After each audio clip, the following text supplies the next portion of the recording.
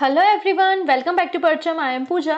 आज हम geography series में एक इतना इंटरेस्टिंग टॉपिक पढ़ने वाले हैं जिससे क्वेश्चन आपका एग्जाम में बनना एकदम तय है। ओशन करंट जो है, यहाँ से आपको 1 से 2 नंबर के क्वेश्चन एग्जाम में बनते हैं। क्वेश्चन कैसे पूछे जाते हैं? या तो आपको 4 करंट का नाम दिया जाएगा और पूछा जाएगा इनमें से कोल्ड करंट कौन सी है, या इनमें से हॉट करंट कौन सी है, या इनमें से कौन सी करंट है जो पैसिफिक ओशियन में चलती है, या इनमें से कौन सी करंट है जो अटलांटिक ओशियन में चलती है। तो आज हम ओशियन करंट्स के बारे में जानेंगे कि ओशियन करंट पैसिफिक ओशियन में, इंडियन ओशियन में और अटलांटिक ओशियन में कौन कौन सी है, कौन सी हॉट करंट है और कौन सी कोल्ड करंट है। इसके अलावा ओशियन करंट जनरेट क्यों होती है, बनती क्यों है, वो भी हम जानेंगे। और लास्ट में 2 क्वेश्चन आपको मिलेंगे जिनके आंसर आप हमको कमेंट सेक्शन में देंगे। ऐसी उम्मीद करते हैं आप वीडियो को पूरा देखेंगे, वीडियो को एंजॉय करेंगे और लास्ट में क्वेश्चन का आंसर देंगे। अगर आज की क्लास का आपको पीडीएफ चाहिए है, जो कि बहुत इंपॉर्टेंट पीडीएफ है, आप खुद समझ जाएंगे अभी थोड़ी देर बाद, तो आप परचम की वेबसाइट से आज की क्लास का पीडीएफ ले सकते हैं। साथ ही साथ परचम की टीम ने आप लोगों के लिए एसएससी कोर्स लॉन्च किया है जिसमें polity, geography, history, economy, science और स्टैटिक जीके कवर किया गया है विद पीवाईक्यूज। हर एक वीडियो के लास्ट में आपको 5 से 10 एमसीक्यू भी अवेलेबल है, जिनके आंसर शीट भी अवेलेबल है, जो आपकी तैयारी को बूस्ट करेगी। क्योंकि मई में जो है वो आपके एसएससी सीएचएसएल के एग्जाम है, तो 25 नंबर का जो आपका पोर्शन है वो आपको यहाँ जीएस से मिलता है, इसलिए टॉपिक अपने आप में इंपॉर्टेंट हो जाते हैं। क्लियर? साथ ही साथ आप इंडिविजुअल कोर्स को भी परचेस कर सकते हैं। फॉर एग्जांपल, अगर आपको केवल और केवल ज्योग्राफी का कोर्स परचेस करना है तो वो भी परचम की वेबसाइट और परचम के एप्लीकेशन पे अवेलेबल है। आइए हम स्टार्ट करते हैं आज का सेशन। बस एक बार लिंक को शेयर कर देंगे और लाइक बटन पे क्लिक कर देंगे, ठीक है। स्टार्ट करते हैं ओशियन करंट के बारे में। सबसे पहले बात करते हैं कि ओशियन करंट्स क्यों बनती हैं, क्यों जनरेट होती हैं। तो ओशियन वर्ल्ड वाटर डे हम कब मनाते हैं? 12 मार्च को मनाते हैं। तो आपने देखा होगा, कभी आप बीच के किनारे बैठे होंगे तो कुछ वेव्स आती हैं, कई बार टाइड्स आती हैं, low tide and high tide आती हैं। इसके अलावा ओशियन करंट भी मूव होती हुई दिखाई देंगी, ठीक है ना। जैसे कि आपने देखा होगा नदी का पानी भी आगे बढ़ता हुआ दिखाई देता है, वैसे ही ओशियन करंट या स्ट्रीम ऑफ वाटर जैसे कि रिवर की तरह फ्लोइंग होती हैं और ओशियन सरफेस में एक डेफिनेट डायरेक्शन में फ्लो होती हैं। इनका एक पर्टिकुलर डायरेक्शन होता है और ये अपने पाथ को कवर करती हैं, मतलब कंप्लीट करती है, जहां से शुरू हुई है और वहीं पे ये ओशियन करंट पहुंच जाती हैं, ठीक है। अब ओशियन करंट जो है वो कई सारी बातों पे डिपेंड करती हैं। सबसे पहले अगर हम बात करते हैं तो हम विंड के फ्रिक्शन के बारे में बात करते हैं। हवाएं चलती हैं, हवाएं और पानी के बीच में एक फ्रिक्शन क्रिएट होता है और जिसके कारण एनर्जी होती है, क्योंकि हवाओं की भी एनर्जी होती है। और इन फ्रिक्शन फोर्सेस के कारण क्या होती है? वेव जनरेट होना शुरू होती है, ठीक है। साथ ही साथ अब नीचे की तरफ एक ग्रेविटेशनल पुल भी लग रहा है, तो इस ग्रेविटेशनल पुल के कारण भी वेव क्रिएट होती है। इसके अलावा हमारा जो मून है, सन है, इनका भी ग्रेविटेशनल पुल होता है, जिसके कारण ओशन में करंट जनरेट होती हैं। तो 2 रीजन हमने देखे, एक तो विंड का फ्रिक्शन हो गया, विंड की डायरेक्शन पे भी ओशन करंट का डायरेक्शन फ्लो होता है, डिपेंड करता है। इसके अलावा आपने ग्रेविटेशनल पुल देखा। अगली बात होती है रोटेशन ऑफ अर्थ। हमारी अर्थ रोटेट भी होती है और रिवॉल्व भी होती है, तो उस रोटेशन ऑफ अर्थ का भी इफेक्ट हमारे ओशन करंट पे देखने को मिलता है, क्योंकि 70% जो एरिया है वो वाटर से कवर है। और जब अर्थ घूमेगी तो उस वाटर में क्या होगी? वेव भी प्रोड्यूस होना शुरू होंगी। तो अर्थ के रोटेशन के कारण भी वेव आपको देखने को मिलती हैं। अच्छा, आप लोग ने वर्ल्ड के मैप को अच्छे से देखा होगा, ऐसी उम्मीद मैं रख सकती हूँ। आपने वर्ल्ड के मैप में देखा होगा कि यहाँ ये इक्वेटर है विच इज 0 डिग्री, और ये नदर्न हेमिस्फीयर है, सदर्न हेमिस्फीयर है। तो नदर्न हेमिस्फीयर में आपको ज्यादा लैंड मास दिखेगा as comparison to southern hemisphere, right. तो नदर्न हेमिस्फीयर में लैंड मास ज्यादा है, सदर्न हेमिस्फीयर में वाटर कंटेंट ज्यादा है। तो जनरली जो ज्यादा वेव बनती है या ओशियन करंट बनती है वो सदर्न हेमिस्फीयर में बनती है, और नदर्न हेमिस्फीयर में जो है वो करंट कम बनती है। रीजन ये है कि नदर्न हेमिस्फीयर में आपको देखने को मिलेगा कि लैंड मास ज्यादा है, और सदर्न हेमिस्फीयर में जो है वो आपको वाटर बॉडीज ज्यादा देखने को मिलेंगी। इसके अलावा नदर्न हेमिस्फीयर में लैंड अगर ज्यादा है तो यहाँ पर टेम्परेचर भी ज्यादा होगा। तो नदर्न हेमिस्फीयर का टेम्परेचर ज्यादा होता है as comparison to southern hemisphere, क्योंकि पानी जो होता है ना वो देर से गर्म होता है, देर से ठंडा होता है। जमीन जल्दी गर्म होती है, जल्दी ठंडी होती है। तो नदर्न हेमिस्फीयर लैंड मास ज्यादा है, इसलिए नदर्न हेमिस्फीयर का टेम्परेचर ज्यादा है। तो नदर्न हेमिस्फीयर में जो ओशियन होंगे ना उसका टेम्परेचर भी ज्यादा होगा, और सदर्न हेमिस्फीयर में जो ओशियंस होंगे ना उनका वाटर टेम्परेचर भी क्या होगा? कम होगा। तो ये भी बात आपको याद रखनी है। चलो अब अगली बात यहाँ पर हम देख लेते हैं, जहां पर टेम्परेचर ज्यादा होता है वहां पर रेट ऑफ इवोपरेशन भी ज्यादा होता है, ये बात तो तय है ना। आप ठंड के दिनों में एक बाल्टी पानी छत पे रख दो, वहीं गर्मी के दिन में एक बाल्टी पानी छत पे रख दो, तो आप देखोगे गर्मियों के दिनों में ज्यादा रेट ऑफ इवोपरेशन हुआ है, बिकॉज टेम्परेचर या हीट ज्यादा है। तो यहाँ पे नदर्न हेमिस्फीयर जब गर्म है, या फिर कोई भी ओशियन की बॉडी अगर गर्म है, टेम्परेचर ज्यादा है, रेट ऑफ इवोपरेशन ज्यादा है, तो क्या होगा, सैलिनिटी भी बढ़ेगी। मतलब ओशियन के पानी का जो लवणता है या जो सॉल्टीनेस है, या फिर पानी में जो सॉल्ट कंटेन है, NaCl का कंटेन है, वो भी बढ़ेगा। तो टेम्परेचर के कारण क्या होता है, सैलिनिटी बढ़ती है। अच्छा, आप लोग ने सुना होगा डेड सी के बारे में, और उसकी आप लोग ने इमेजेस भी देखी होंगे कि लोग डेड सी में घूमने जाते हैं और वो डूबते नहीं है, वो उस पर फ्लोट होते हैं। रीजन क्या है, क्योंकि डेड सी के पास रेट ऑफ एवोपरेशन ज्यादा है, इसलिए वहां का वाटर जो है वो कैसा है, सलाइन वाटर है। सलाइन वाटर की डेंसिटी ज्यादा होती है, इसलिए लोग उसमें जो है वो फ्लोट करते हैं। तो यहाँ पे सैलिनिटी भी एक रीजन होता है ओशियन करेंट के कारण, क्योंकि सैलाइन वाटर की डेंसिटी ज्यादा होती है as comparison to fresh water. तो यहाँ पे जो फ्रेश वाटर आपको जो है वो थोड़ा सा राइज होता हुआ दिखाई देगा, और सैलाइन वाटर या उसका जिसकी डेंसिटी ज्यादा है वो थोड़ा सा आपको बिलो लेवल पे मिलेगा, जिसके कारण एक स्लोप क्रिएट होता है। तो इस सैलिनिटी के कारण, इस टेम्परेचर डिफरेंस के कारण, या फिर डेंसिटी डिफरेंस के कारण भी आपके ओशियन करेंट्स चलते हैं। क्लियर हुआ? तो ओशियन करंट बनने का रीजन क्या क्या देख लिया, और भी रीजन है, पहले इतनों को रिवाइज कर लेते हैं। कौन कौन से रीजन हमने देख लिए, एक तो विंड होती है, दूसरी आपका ग्रेविटेशन होता है, ग्रेविटेशन के बाद आपने एक देखा रोटेशन ऑफ अर्थ के रोटेशन के कारण, फिर आपने सैलिनिटी के बारे में बात कर लिया, इसके बाद आपने डेंसिटी के बारे में बात कर लिया और टेम्परेचर के बारे में बात कर लिया। ये सारे फैक्टर्स तो है ही ओशियन करंट के रिस्पॉन्सिबल, बट एक और यहाँ पर आपको देखने को मिलेगा, विच इज कोरियोलिस फोर्स। जब हम इंडियन मानसून के बारे में पढ़ते हैं तो हम इस फोर्स को डिटेल में बात करते हैं, लेकिन अभी सिर्फ इतना जान लीजिए कि कोरियोलिस फोर्स जो है वो भी ओशियन करंट के लिए रिस्पॉन्सिबल होता है। क्लियर? तो ओशियन करंट जो है वो इन्फ्लुएंस होती है दो मेजर फोर्सेस के कारण। पहले है प्राइमरी फोर्स, जिनके कारण मूवमेंट होता है वाटर में, और दूसरे होते हैं सेकेंडरी फोर्स, जो कि करंट के फ्लो को इन्फ्लुएंस करते हैं। प्राइमरी में क्या है, सोलर एनर्जी के कारण हीटिंग होना, मतलब टेम्परेचर, विंड, ग्रेविटी और कोरियोलिस फोर्स। सेकेंडरी में आप टेम्परेचर डिफरेंस, सैलिनिटी और डेंसिटी डिफरेंस को देख सकते हैं। ठीक है, इतनी चीजें हमको क्लियर हो गई। तो वही सारी चीजें यहाँ पे लिखी हैं, सोलर हीटिंग, विंड्स का फ्रिक्शन, ग्रेविटी और कोरियोलिस फोर्स। अब देखिएगा, एक और चीज मैं आपको बताती हूँ, इस कोरियोलिस फोर्स के कारण जो होता है विंड का डायरेक्शन चेंज होता है। ये आपका 0 डिग्री इक्वेटर है, ये northern hemisphere and southern hemisphere है। तो आपको याद रखने वाली बात को ध्यान से समझिएगा। याद रखने वाली बात यह है कि कोरियोलिस फोर्स के कारण north hemisphere and northern hemisphere में जो भी करंट होंगी वो सारी की सारी क्लॉकवाइज देखने को मिलेंगी। तो नदर्न हेमिस्फीयर में करंट का डायरेक्शन क्या होगा, क्लॉकवाइज, और सदर्न हेमिस्फीयर में करंट का डायरेक्शन क्या होगा, एंटी क्लॉकवाइज। याद रह जाएगा, ये की पॉइंट है, इसको याद रखना है कि नदर्न हेमिस्फीयर में जो वाटर करंट या ओशियन करंट्स होती है उनकी डायरेक्शन क्लॉकवाइज होती है because of the Coriolis force, और सदर्न हेमिस्फीयर में जो करंट का डायरेक्शन होता है वो एंटी क्लॉकवाइज होता है। ठीक, अब देखो जरा इस बात को समझो।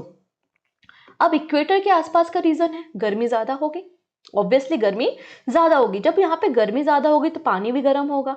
गर्म पानी हल्का होता है, उसकी डेंसिटी कम होती है ना। तो गर्म पानी जो है सरफेस का, वो पोल्स की तरफ मूव होना शुरू होगा, बिकॉज पोल्स का पानी तो ठंडा है, ठंडा पानी जो है वो हैवी होता है, उसकी डेंसिटी ज्यादा है, आप ऐसे मान के चले। तो जो गर्म पानी है वो इक्वेटर से कहाँ की तरफ मूव होगा, पोल्स की तरफ। तो आपके जो ओशियन करेंट्स होती हैं, अगर कोई ओशियन करेंट आपकी इक्वेटर से पोल की तरफ जा रही है तो आप कहेंगे कि वो हॉट करेंट है। क्या कहेंगे आप, हॉट करंट है। वहीं अगर कोई करंट आपको पोल से इक्वेटर की तरफ आते हुए दिखाई दे रही है तो आप उसको बोलेंगे कि वो एक कोल्ड करंट है। तो डायरेक्शन क्लियर है। तो अभी मैं यहाँ पे मैप में आपको समझाऊंगी, तो दो बातें आपको याद रखनी होंगी। पहली बात तो ये है कि नदर्न हेमिस्फीयर में क्लॉकवाइज डायरेक्शन पे करंट होगी, ठीक है। और दूसरी बात यह है कि अगर कोई करंट इक्वेटर से पोल की तरफ जा रही है तो वो हॉट करंट है, और कोई करंट पोल से अगर इक्वेटर की तरफ आ रही है, नीचे की तरफ आ रही है, तो वो कैसी हो जाएगी, कोल्ड करंट होगी। इस बात को याद रखना, इक्वेटर से पोल की तरफ हॉट करंट और पोल से इक्वेटर की तरफ जो है वो कोल्ड करंट होती हैं। क्लियर। इसके अलावा जो टेम्परेचर डिफरेंस की अभी हम बात कर रहे थे, तो पोलर जो रीजन है, वहां पे बर्फ जमी हुई है। जब ग्लेशियर पिघलते हैं, ठंडा पानी बहता है, तो ठंडा पानी नीचे सिंक हो जाता है, ठीक है, क्योंकि उसका वेट या डेंसिटी उसकी ज्यादा है। सिमिलर अगर हम इक्वेटर के रीजन में बात करते हैं, तो यहाँ पर सैलिनिटी ज्यादा होगी पानी में, क्योंकि यहाँ पे टेम्परेचर ज्यादा है, तो जो पानी का है उसमें NaCl का कंटेनेंट भी ज्यादा होगा, तो सैलाइन वाटर की डेंसिटी ज्यादा होती है, तो सैलाइन वाटर भी नीचे की तरफ सिंक हो जाएगा। तो देखना है आपको, यहाँ पर जो ठंडा पानी है वो पोल से इक्वेटर की तरफ, और जो गर्म पानी है वो इक्वेटर से पोल की तरफ जाता हुआ दिखाई देगा, और इसके कारण जो है आपको डीप ओशन में जो है वो एक सर्कुलेशन देखने को मिलेगा। तो ओशन जो करंट होती है वो दो तरीके की होती है, एक सरफेस पे आपको करंट दिखाई देती है, और मतलब सरफेस पे आपको वेव दिखाई देती है, सर्कुलेशन होता है, और दूसरा डीप ओशन में सर्कुलेशन होता है। तो यहाँ पर हमने जो है वो ओशन करंट को दो पार्ट्स में या दो टाइप्स में डिवाइड करके रखा है बेस्ड ऑन द डेप्थ के अकॉर्डिंग। दो प्रकार की करंट है, एक सरफेस करंट और एक डीप वाटर करंट है। सरफेस करंट पूरे करंट्स की केवल और केवल 10% होती हैं, और these water are the upper 400 metre of the ocean. इसके अलावा डीप वाटर करंट, तो 90% जो करंट या सर्कुलेशन होता है वो डीप वाटर होता है, ठीक है। अगली बात करते हैं based on the temperature. This is important, हमको यही पढ़ना है, बाकी हमको किसी और चीज से मतलब नहीं। रीजन इसलिए बता दी क्योंकि रीजन पता होने चाहिए आपको, है ना। तो यहाँ पे हम बात करेंगे cold current and warm current के बारे में, इसी के बारे में डिस्कस करना है। बस दो की पॉइंट जो मैंने आपको सिखाए हैं ना, वो आपको याद रखने हैं। सो स्टार्ट करते हैं cold current and warm current के बारे में। ये आपका पूरा वर्ल्ड का मैप है। यहाँ पे अटलांटिक ओशन मिलेगा, यहाँ पर इंडियन ओशन है ये, और ये पैसिफिक ओशन है। अब क्या करोगे, वीडियो देख ही रहे हो, कोई दिक्कत नहीं है, कोई गल नहीं है। एक खाली पेपर ले लेना, खाली पेपर में इस तरीके से आप एक लाइन खींच लेना, जिसको आप एज्यूम कर लेना कि वो इक्वेटर है, और पहले ऊपर डाल लेना अटलांटिक ओशन के लिए, फिर अगला पेज लेना, उसमें डाल लेना पैसिफिक ओशन के लिए, और फिर आप इंडियन ओशन की बात कर लेना, ठीक है। फिर मैं आपको नदर्न हेमिस्फीयर और सदर्न हेमिस्फीयर में जो भी करंट फ्लो होती है ना, वो एक एक करके समझा देती हूँ। तो आपको अगर डायग्राम के थ्रू बनाओगे तो आपको पढ़ने में समझने में आसानी होगी। क्लियर। तो हम बात करना शुरू करते हैं अटलांटिक ओशियन से, जो कि एस आकार का ओशियन होता है, ठीक है, जो कि सेकेंड लार्जेस्ट है। तो अटलांटिक ओशियन की बात करते हैं, इसमें एक नदर्न हेमिस्फीयर है और एक सदर्न हेमिस्फीयर है, ठीक है। दोनों को अलग अलग देखते हैं। स्टार्ट। तो आइए सबसे पहले हम बात कर लेते हैं अटलांटिक ओशियन की नदर्न हेमिस्फीयर की करंट पे, ठीक है। सो यहाँ पे ध्यान से समझने वाली बातें केवल इतनी ही है कि आपको याद रखना है कि इक्वेटर के ऊपर हम क्लॉकवाइज जाएंगे, इक्वेटर के नीचे हम एंटी क्लॉकवाइज जाएंगे, और आपकी जो भी करंट इक्वेटर से पोल जा रही होगी वो कैसी होगी, हॉट होगी, और जो भी करंट पोल से इक्वेटर से पोल की तरफ आ रही होगी वो कोल्ड करंट होगी। तो आइए हम नदर्न हेमिस्फीयर देखेंगे अटलांटिक ओशियन का। तो सबसे पहले जो करंट यहाँ से इक्वेटर पे चलना शुरू करेगी, इक्वेटर पे कैसी करंट होगी, ऑब्वियसली गर्म होगी, क्योंकि सन की परपेंडिकुलर लाइट यहाँ पर हमेशा अवेलेबल होती है। तो इसे हम बोलेंगे नॉर्थ इक्वेटोरियल करंट। ये हो गई आपकी नॉर्थ इक्वेटोरियल करंट। अभी कहाँ जाएगी, क्लॉकवाइज डायरेक्शन में। तो क्लॉकवाइज डायरेक्शन में इसने मूव करना शुरू किया, तो ऊपर की तरफ ये मूव करती है। ये देखिए साउथ अमेरिका से ये ऊपर की तरफ जा रही है, इसको हम बोलेंगे एंटिलीज करंट। तो एंटिलीज करंट कैसी हो जाएगी, देखो इक्वेटर से पोल की तरफ जा रही है, तो ये एक हॉट करंट हो जाएगी। अब देखो ये है गल्फ ऑफ मैक्सिको, और ये छोटा सा जो हिस्सा है ये फ्लोरिडा है, तो यहाँ से भी गर्म करंट आएगी जिसका नाम है फ्लोरिडा करंट। तो फ्लोरिडा करंट भी एक हॉट करंट होगी। तो यहाँ से एंटिलीज करंट और फ्लोरिडा करंट दोनों आगे बढ़ रही हैं, और मिलने के बाद ये कहलाएंगी गल्फ स्ट्रीम। क्या कहलाएंगी, गल्फ स्ट्रीम। गल्फ स्ट्रीम एक हॉट करंट होती है, और सबसे ज्यादा तेजी से चलने वाली, जितने भी हम करंट पढ़ेंगे ना, तो सबसे ज्यादा तेजी से चलने वाली जो करंट है वो कौन सी है, गल्फ स्ट्रीम है। तो गल्फ स्ट्रीम ऊपर की तरफ आगे बढ़ रही है। अब गल्फ स्ट्रीम तो जा रही है, हॉट करंट है, और ऊपर से पोल की तरफ से एक ठंडी करंट बैफिन की वे से, बैफिन की खाड़ी से चली आ रही है, जिसका नाम है लेब्राडोर करंट। तो लेब्राडोर करंट जो कि एक कोल्ड करंट है, ऊपर से आ रही है और नीचे से गल्फ स्ट्रीम आ रही है। तो जब ठंडी और गर्म दोनों की दोनों स्ट्रीम या जल धाराएं आपस में मिलेंगी तो क्या होगा, वहां पे फॉग आ जाएगा। यहाँ पर इस रीजन में फॉग छा जाता है, और जब फॉग यहाँ पर छा जाता है तो एक प्रॉपर क्लाइमेट कंडीशन प्रोवाइड करता है फिशरी इंडस्ट्री के लिए, या फिर फिश के रिप्रोडक्शन के लिए। तो यहाँ पे फिश का रिप्रोडक्शन काफी ज्यादा होता है। यहाँ पे फिश जो है वो भारी मात्रा में पाई जाती है, जिसको हम ग्रैंड बैंक के नाम से जानते हैं। और ये जगह क्या है, न्यू फाउलैंड वो जगह है। क्लियर हो गई इतनी चीजें। अब गल्फ स्ट्रीम जो है वो आगे की तरफ बढ़ेंगी। गल्फ स्ट्रीम आगे की तरफ जा रही है, और गल्फ स्ट्रीम जो है वो 3 ब्रांचेस में टूट जाएगी। पहली ब्रांच जो है वो नॉर्वे में चली जाएगी, जिसको नॉर्वेरियन करंट कहेंगे, जो कि एक वार्म करंट होगी, हॉट स्ट्रीम होगी। और ये नॉर्वे के यहाँ पे जो ये कोस्टल प्लेन है ना, यहाँ पर इसकी बर्फ को पिघला देगी ये गर्म हवा, और जब इसकी बर्फ पिघलेगी तो ये पोर्ट्स बनेंगे और यहाँ से आपको ट्रेड करने में आसानी होगी। तो ये जो गल्फ स्ट्रीम है ना, ये यूरोपियन कंट्री को नॉर्वे के रीजन से ट्रेड करने में मदद करती हैं। अब गल्फ स्ट्रीम की जो सेकेंड ब्रांच है वो आपको यहाँ पर इस तरीके से आगे बढ़ती हुई दिखाई देगी, और ये आपके यूरोप में ये जो मेडिटेरियन सी, बाल्टिक सी वाला जो रीजन है ना, यहाँ पर एंटर हो जाएगी, जिसको हम रेनल करंट कहेंगे। और रेनल करंट भी एक कैसी करंट होगी, हॉट स्ट्रीम होगी या वार्म करंट होगी। अब ये गल्फ स्ट्रीम की जो तीसरी ब्रांच है वो अफ्रीका के कॉन्टिनेंट के कोस्टल प्लेन से टकराते हुए आगे बढ़ेगी, जिसका नाम होगा कैनारी करंट। और कैनारी करंट जो होगी वो क्या होगी, एक कोल्ड करंट होगी, और ये Canary current north equatorial current को पुश करेगी और इस तरीके से अपने साइकिल को कंप्लीट करने का काम करेगी। Is that clear? तो एक बार मैं रिपीट कर देती हूँ, यहाँ पे दो अलग अलग पेन लेके, पहला पेन मैं रेड लेती हूँ जो कि हॉट को दिखाएगा, दूसरा मैं ब्लू लूंगी जो कि कोल्ड करंट को दिखाएगा। तो देखिए, नॉर्थ इक्वेटोरियल करंट स्टार्ट हुई, फिर एंटिलीज करंट, ये आपकी फ्लोरिडा करंट, ये दोनों आगे बढ़ी, मिली गल्फ स्ट्रीम। क्लियर हो गया गल्फ स्ट्रीम तक की कहानी। आगे अब बात करते हैं, ऊपर से लेब्राडोर आ रही हैं, लेब्राडोर और गल्फ स्ट्रीम मिल रहे हैं, ग्रैंड बैंक बना रहे हैं। क्लियर हो गया? चलो, अब गल्फ स्ट्रीम जो है वो तीन पार्ट्स में टूट रही है। एक नॉर्वे करंट है, नॉर्वेयन स्ट्रीम है, दूसरा रेनल स्ट्रीम है, और तीसरी जो स्ट्रीम है वो है कैनारी स्ट्रीम। तो कैनारी स्ट्रीम क्या हो गई, कोल्ड स्ट्रीम हो गई।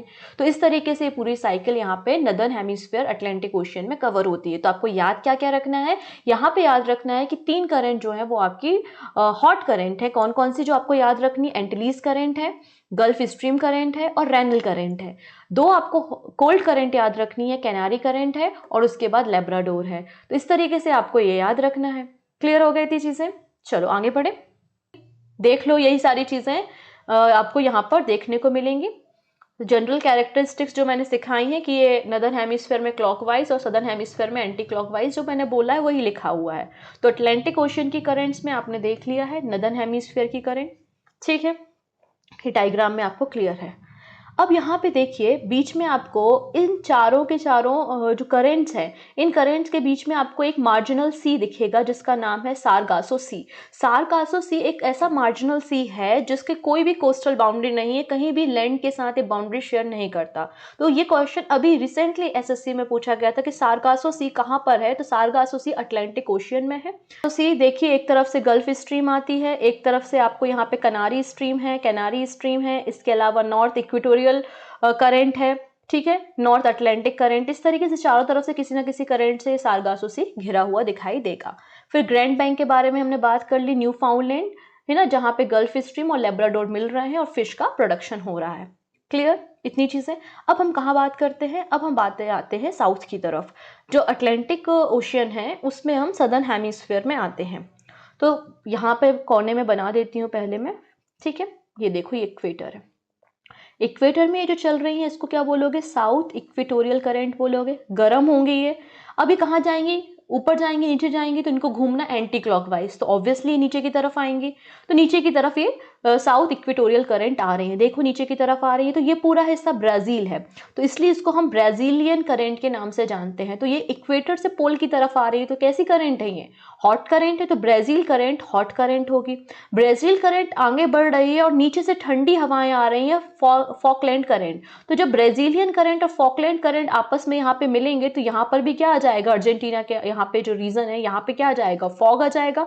और फॉग आपको यहाँ पे फिश के रिप्रोडक्शन के लिए इंपॉर्टेंट होगा।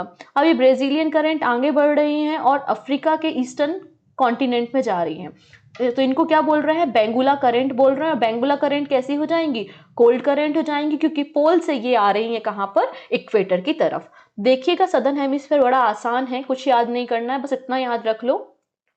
ये साउथ से चली, साउथ इक्वेटोरियल करंट है, नीचे आई ब्राजीलियन करंट है जो कि हॉट करंट है। यहाँ से फॉकलैंड ठंडी करंट आ रही है, फॉग बना रही है यहाँ से। फिर ब्राजीलियन करंट आगे बढ़ रही है और अफ्रीका में ये बेंगुला करंट है। तो बेंगुला करंट कोल्ड करंट हो गया, ब्राजीलियन करंट हॉट करंट हो गया और फॉकलैंड करंट भी कोल्ड करंट हो गया। इतनी करंट जो है वो आपको सदर्न हेमिस्फीयर में देखने को मिलेंगी अटलांटिक ओशियन में। क्लियर, अटलांटिक ओशियन की सारी करंट कौन कौन सी हो गई, एक बार रिवाइज कर लें। गल्फ स्ट्रीम गर्म वाली, फॉकलैंड करंट ठंडी वाली, कनारी करंट ठंडी करंट है, रेनन करंट ठंडी करंट है, बेंगुला करंट ठंडी करंट है, क्लियर। फ्लोरिडा करंट गर्म करंट है, लेब्राडोर ठंडी करंट है, ये सभी अटलांटिक ओशियन की ठंडी और गर्म करंट है। हो गया। अब पैसिफिक ओशियन पे आ जाएं। सबसे बड़ा है, ट्रायंगुलर शेप का है, शेप पूछा था यार एक बार एसएससी में, तो ट्रायंगुलर शेप का पैसिफिक ओशियन आपको प्रशांत महासागर देखने को मिलेगा। इसमें भी नदन और सदन दोनों पोर्शन में हम बात करेंगे। तो पहले नॉर्थ पैसिफिक देख लेते हैं, फिर साउथ पैसिफिक पे हम चर्चा कर लेंगे, कोई दिक्कत नहीं। चलो बात करते हैं, सबसे पहले बात करते हैं नॉर्थ पैसिफिक रीजन के। तो ये हो गई आपकी अर्थ, ये हो गई आपका इक्वेटर, इक्वेटर पे जो चलेंगी, अभी नॉर्थ की बात हो रही है तो नॉर्थ इक्वेटोरियल करंट हो गई, कहाँ जाएंगी क्लॉकवाइज। और अगर यहाँ पे होती साउथ की बात तो साउथ इक्वेटोरियल करंट होती और ये कहाँ जाती एंटी क्लॉकवाइज। यहाँ तक तो कोई दिक्कत नहीं। तो ये नॉर्थ इक्वेटोरियल करंट है। अब ये आगे बढ़ रही है। जापान देखो, यहाँ पे पैसिफिक ओशियन में यहाँ पे जापान है, तो जापान के पास ये करंट जा रही हैं, इन्हें बोला जा रहा है क्यूरोसियो करंट। क्यूरोसियो करंट एक हॉट करंट है, तो क्यूरोसियो करंट जा रही हैं, और ऊपर से ठंडी करंट आ रही है ओयोसियो करंट। तो ओयोसियो और क्यूरोसियो करंट जो है आपस में यहाँ पे जापान के पास मिलेंगे, फॉग क्रिएट करेंगे। और जापान इसलिए तो है, फिशरी इंडस्ट्रीज में, मत्स्य पालन में जापान बहुत आगे है। उसका रीजन क्या है, ये दोनों जो ठंडी और गर्म करंट है जापान के पास मिल रही हैं, और जब गर्म और ठंडी करंट मिलती है तो फॉग आता है, फॉग आता है तो फिश का रिप्रोडक्शन होता है। क्लियर हो गया। तो देखिए नॉर्थ इक्वेटोरियल करंट बढ़ी, आगे जापान की तरफ जा रही है, इसको हमने बोला क्यूरोसियो करंट, और क्यूरोसियो करंट से ऊपर से आने वाली ठंडी करंट ओयोसियो करंट आपस में मिल गई। ठीक है, अब एक क्यूरोसियो करंट आगे की तरफ बढ़ेंगी, आगे की तरफ जाएंगी जब, तो ये दो ब्रांचेस में डिवाइड हो जाएंगी। पहली जो ब्रांच है वो अलास्का में चली जाएगी, जिसको हमने अलास्का करंट कहा है। दूसरी ब्रांच जो है कैलिफोर्निया के पास आएगी, जिसको हमने कैलिफोर्निया करंट कहा है। तो याद क्या रखना है, ये जो ओयोसियो करंट है ये आपकी कोल्ड करंट है, और कैलिफोर्निया करंट भी क्या है आपकी कोल्ड करंट है। लेकिन क्यूरोसियो करंट और अलास्का करंट क्या है आपकी हॉट करंट है। और ये चारों की चारों करंट कहाँ है, पैसिफिक ओशियन के नदर्न हेमिस्फीयर वाले हिस्से में है। क्लियर। अब सदर्न हेमिस्फीयर में चर्चा कर लें। पैसिफिक ओशियन का नदर्न हेमिस्फीयर क्लियर हो गया हमको। ठीक है, वही जो चीजें मैं बोल रही हूँ वो सारी चीजें यहाँ पर लिखी गई हैं। अब बात करते हैं सदर्न हेमिस्फीयर पे पैसिफिक ओशियन के। तो सदर्न हेमिस्फीयर में पहले तो ये साउथ इक्वेटोरियल करंट यहाँ से चलेंगी, ये साउथ इक्वेटोरियल करंट है।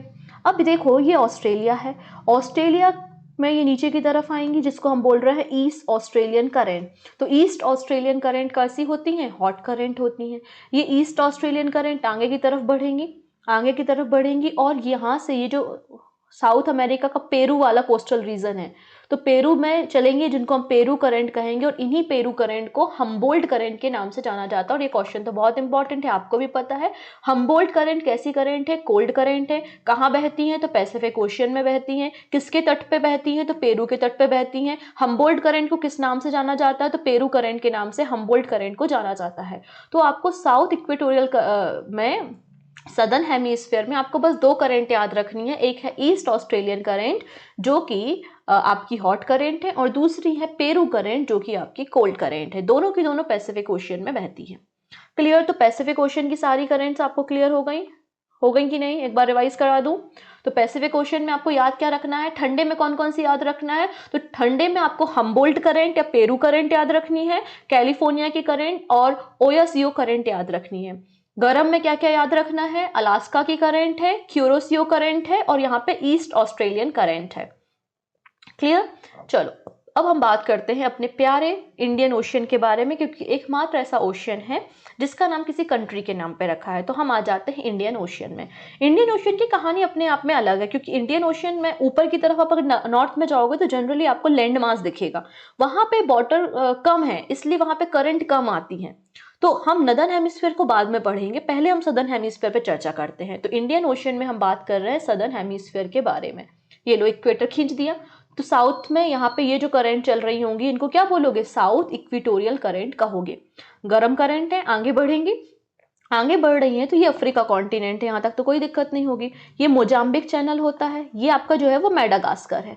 अब ये जो साउथ इक्वेटोरियल करंट है वो आगे बढ़ेगी और वो दो पार्ट्स में डिवाइड हो जाएगी। ठीक है, एक मोजाम्बिक चैनल में जाएगी, यहाँ से इसको मोजाम्बिक करंट बोलेंगे, और दूसरी ये होगी आगुलस करंट।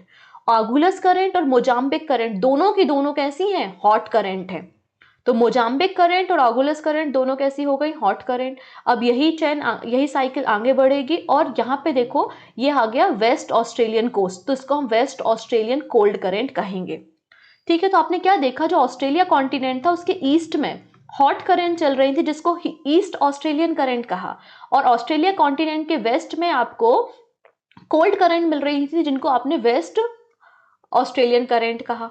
क्लियर। वैसे ही अफ्रीका कॉन्टिनेंट में जाओगे तो अफ्रीका कॉन्टिनेंट के ईस्ट में आपको गर्म करंट मिलेगी जिसका नाम था आगुलस करंट। सिमिलर अफ्रीका कॉन्टिनेंट के वेस्ट में आपको बेंगुला करंट मिलेगी जो कि कोल्ड करंट। तो आप एक जनरल अनुमान लगा सकते हो कि जनरली कोई भी कॉन्टिनेंट्स होते हैं उसका एक ईस्टर्न कॉन्टिनेंट होता है और एक उसका वेस्टर्न पोर्शन होता है। तो उसके ईस्टर्न कोस्ट में आपको गर्म करंट मिलेगी और वेस्टर्न पोर्शन में जनरली आपको ठंडी करंट मिलेंगी। इस तरीके से भी अनुमान लगाया जा सकता है। क्लियर। तो इंडियन ओशियन में हमने देखा साउथ इक्वेटोरियल करंट चल रही थी, आगे बढ़ी एंटी क्लॉकवाइज डायरेक्शन में घूमी, दो पार्ट्स में डिवाइड हो गई, एक हो गई आगुलस गर्म करंट और एक मोजाम्बिक गर्म करंट। ये दोनों आगे बढ़ती हैं और यहाँ पर आती हैं वेस्ट ऑस्ट्रेलियन करंट जो कि आपको पोल से इक्वेटर की तरफ आते हुए दिखाई देंगी, मतलब ये कोल्ड करंट होंगी। तो ये आपकी इंडियन ओशन में चलने वाली करंट है। कौन कौन सी, बस 3 याद रखनी है इंडियन ओशन की, मोजाम्बिक करंट, आगुलस करंट और waste Australian current. Waste Australian ठंडी है, आगुलस और मोजाम्बिक गर्म है। क्लियर हो गया इंडियन ओशन की कहानी, सदर्न हेमिस्फीयर की। अब हम बात करते हैं नदर्न हेमिस्फीयर। नदर्न हेमिस्फीयर की अपने आप में एक अनूठी कहानी है, अपने आप में अलग ही कैटेगरी का है ये आदमी। चलो इसको बारे में हम देखते हैं। विंटर और समर के सीजन में जो है वो जो नदर्न हेमिस्फीयर है अपना इंडिया का, इंडियन ओशियन का, उसका जो है फ्लो अलग अलग होता है।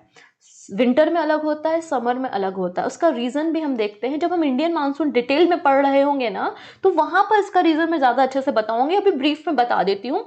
होता क्या है कि लैंड मास जल्दी गर्म होते हैं, ये बात तो आपको पता है। जो चीज़ ज़्यादा गर्म होगी वहाँ की हवाएं गर्म होंगी, वहाँ की हवाएं गर्म होंगी तो वो ऊपर की तरफ जाएंगे और वहां पे क्या क्रिएट होगा, एक लो प्रेशर होगा। ये बात तो आपको समझते हो ना। तो यहाँ पे ऊपर की तरफ क्या है, तिब्बत प्लेट्यू है।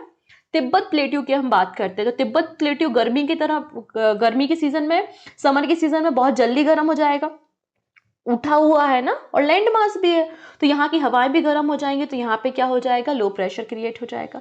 जब यहाँ पे लो प्रेशर क्रिएट होगा तो हवाएं हाई प्रेशर से लो प्रेशर की तरफ चलेंगी कि नहीं चलेंगी। तो हवाएं जो हैं आपको हाई प्रेशर से लो प्रेशर की ओर चलती हुई दिखाई देंगी, जिसके कारण साउथ वेस्ट मानसून ड्रिफ्ट होता है और साउथ वेस्ट मानसून भारत के अंदर एंटर होता है। तो आप देखेंगे कि समर के सीजन में जो ओशियन करंट चलती हैं इंडियन ओशियन में, वो इस तरीके से साउथ वेस्ट मानसून ड्रिफ्ट के कारण चलती हैं। क्लियर। सिमिलर अगर हम ठंड के सीजन में बात करते हैं तो ठंड में हाई प्रेशर होगा तिब्बत प्लेट्यू में और लो प्रेशर यहाँ कहीं होगा। तो करंट का डायरेक्शन हाई प्रेशर से लो प्रेशर कुछ इस तरीके से होगा। तो भारत में जो मानसून एंटर होगा वो नॉर्थ ईस्ट मानसून ड्रिफ्ट होगा। तो नॉर्थ ईस्ट मानसून ड्रिफ्ट कब होगा, आपको विंटर के सीजन में, और साउथ वेस्ट मानसून ड्रिफ्ट कब होगा, आपको समर के सीजन में। रीजन आपको क्लियर है, जहां पर हाई प्रेशर होगा वहां से हवाएं लो प्रेशर की तरफ चलना शुरू होंगे। तो यहां पर आपको इंडियन ओशन में कहानी अलग दिखती है। तो इंडियन ओशन की अगर आपको करंट याद रखनी तो 3 ही करंट याद रखना है आपको। वेस्ट ऑस्ट्रेलियन करंट है, आगुलस करंट है और मोजाम्बिक करंट है। That's all. क्लियर हो गई सारी करंट्स, पिक्चर क्लियर हो गई, सभी मैंने आपको डिस्कस कर दिया यहाँ पे। अब क्वेश्चन कैसे बनते हैं, तो 2 क्वेश्चन है, आप इन पे गौर करो और इनके आंसर हमको कमेंट सेक्शन में दो। पहला क्वेश्चन है which of the following current is not a warm current, इनमें से कौन सी हॉट करंट गर्म करंट नहीं है। याद करो, फ्लोरिडा वाली, कैलिफोर्निया वाली, ब्राजील वाली या मोजाम्बिक वाली, इनमें से कौन सी जो है वो गर्म करंट नहीं है। मतलब इनमें से कोई एक करंट तो ऐसी जरूर है जो ठंडी है। अगली बात करते हैं, warm current have a higher surface temperature. Obvious सी बात है, जब सरफेस टेम्परेचर गर्म है तभी तो वो गर्म करंट है। चलो ठीक है। These current flow in the clockwise direction in northern hemisphere, इनमें से कौन सा स्टेटमेंट करेक्ट है, केवल एक, केवल दो, दोनों स्टेटमेंट सही है, कोई भी स्टेटमेंट सही नहीं है। तो पहला वाला तो मैंने बता दिया कि पहला सही है। तो देखिए ऑप्शन यहाँ पे या तो 1 होगा या तो सी होगा, ऐसा ऑप्शन एलिमिनेट भी कर सकते हो। जो भी आंसर होगा आप कमेंट सेक्शन में बताइएगा। साथ ही साथ कंप्लीट एसएससी जीए कोर्स और ज्योग्राफी कोर्स परचेस करने के लिए परचम एप्लीकेशन पे विजिट कर लो और पीडीएफ लेने के लिए वेबसाइट पे विजिट कर लो। So take care, thank you and bye bye.